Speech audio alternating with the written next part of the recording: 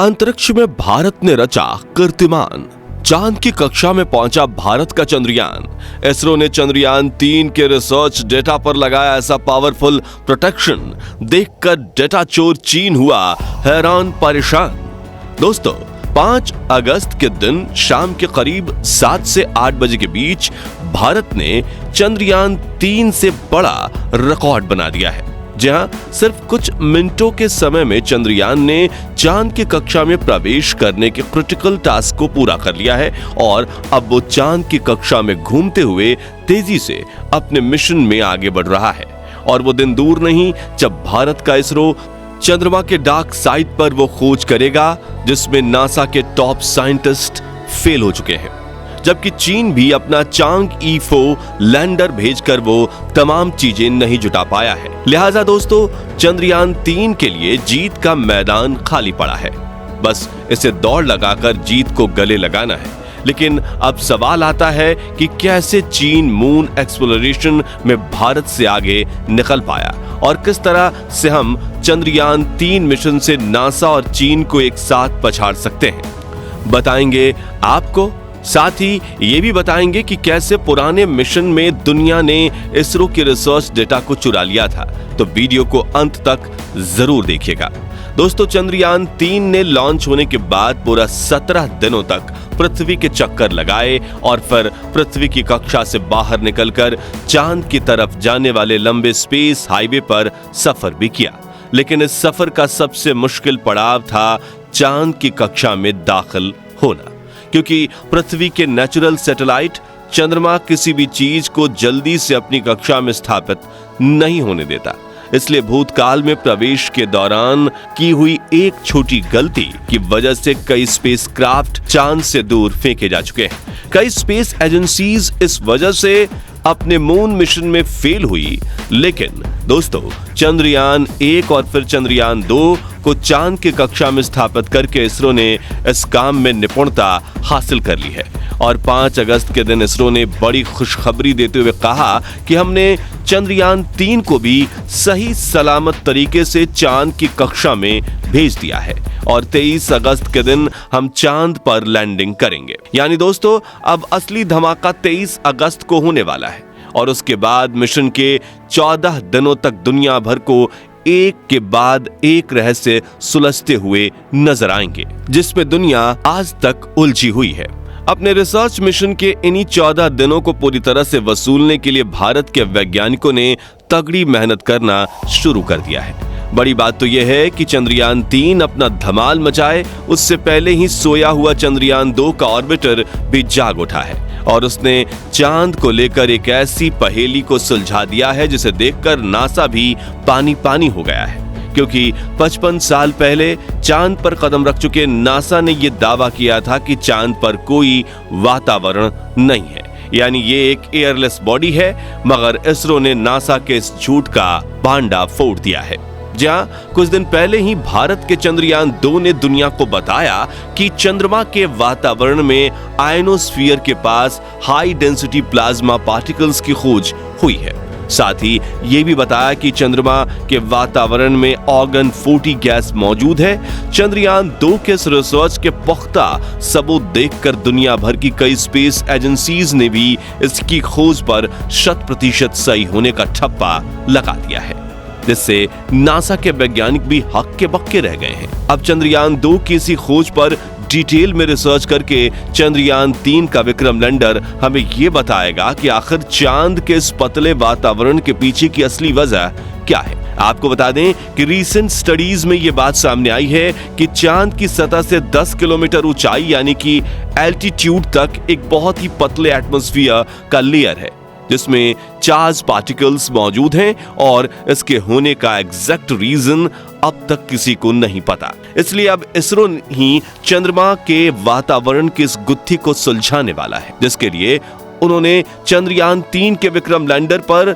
Rambha LP और chest नाम के 2 एडवांस पेलोड लगाए हैं। जैसे चांद के आयनोस्फीयर के तापमान, उसमें मौजूद गैस और हीट कंडक्शन प्रॉपर्टीज के बारे में सटीक जानकारी दी जाएगी। अब आप सोचेंगे कि इसके अलावा चंद्रयान-3 और क्या क्या खोज करेगा, तो चलिए इसके बारे में विस्तार से जानते हैं। तो सबसे पहले चंद्रयान 3 के विक्रम लैंडर पर इंस्ट्रूमेंट फॉर लूनर साइस्मिक एक्टिविटी यानी कि इल्सा नाम का एक उपकरण लगाया गया है, जो कि इस बात की खोज करेगा कि चांद पर कब और कितनी तीव्रता के भूकंप आते हैं। इतना ही नहीं दोस्तों, चंद्रयान 3 मिशन में इसरो लगे हाथ सूरज पर भी नजर फेरने वाला है, यानी कि विक्रम लैंडर पर लैंगमुइर प्रोब नाम का एक उपकरण भी लगाया गया है, जो सूरज से निकलने वाली high density very hot plasma waves को डिटेक्ट कर पाएगा, जिससे हमें यह पता चलेगा कि क्या चांद का वातावरण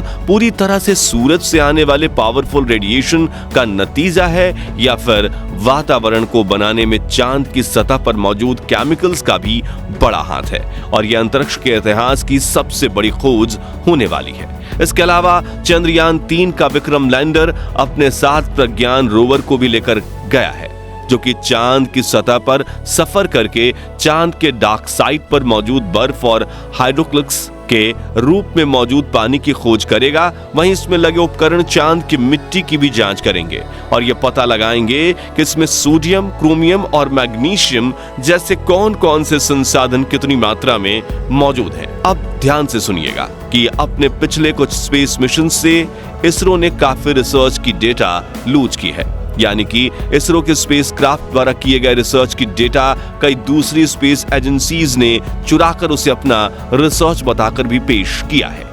क्योंकि पहले इसरो अंतरिक्ष से डेटा यहां पहुंचाने के लिए दूसरे देशों की रिले सैटेलाइट्स का इस्तेमाल करता था, लेकिन अब इसरो ने खुद का रिले कम्युनिकेशन नेटवर्क बना लिया है। अब आप कहेंगे कि यह रिले सैटेलाइट आखिर क्या होती है? तो आसान शब्दों में अंतरिक्ष में मौजूद सेलेस्टियल बॉडीज और पृथ्वी के बीच काफी ज्यादा अंतर है, इसलिए वहां से रिसर्च डेटा को डायरेक्ट पृथ्वी पर नहीं भेजा जा सकता। इसलिए कोई भी स्पेसक्राफ्ट पहले उस डेटा को बीच में मौजूद एक रिले सैटेलाइट पर भेजता है, जो उसे धरती की तरफ फॉरवर्ड करती है और इस बीच कई बार डेटा लीक हो जाती है। लेकिन चंद्रयान 3 के मिशन में ऐसा नहीं होगा, क्योंकि सबसे पहले तो चंद्रयान 3 का रोवर रिसर्च डेटा को विक्रम लैंडर तक भेजेगा, जो एक रिले का काम करेगा। फिर विक्रम अपने रोवर के रिसर्च डेटा को चंद्रयान 3 के प्रोपल्शन मॉड्यूल तक भेजेगा, जिसमें कि रिले सैटेलाइट फिक्स की गई है, जो इस डेटा को डायरेक्ट इसरो के इंडिया डीप स्पेस नेटवर्क के एंटेना की ओर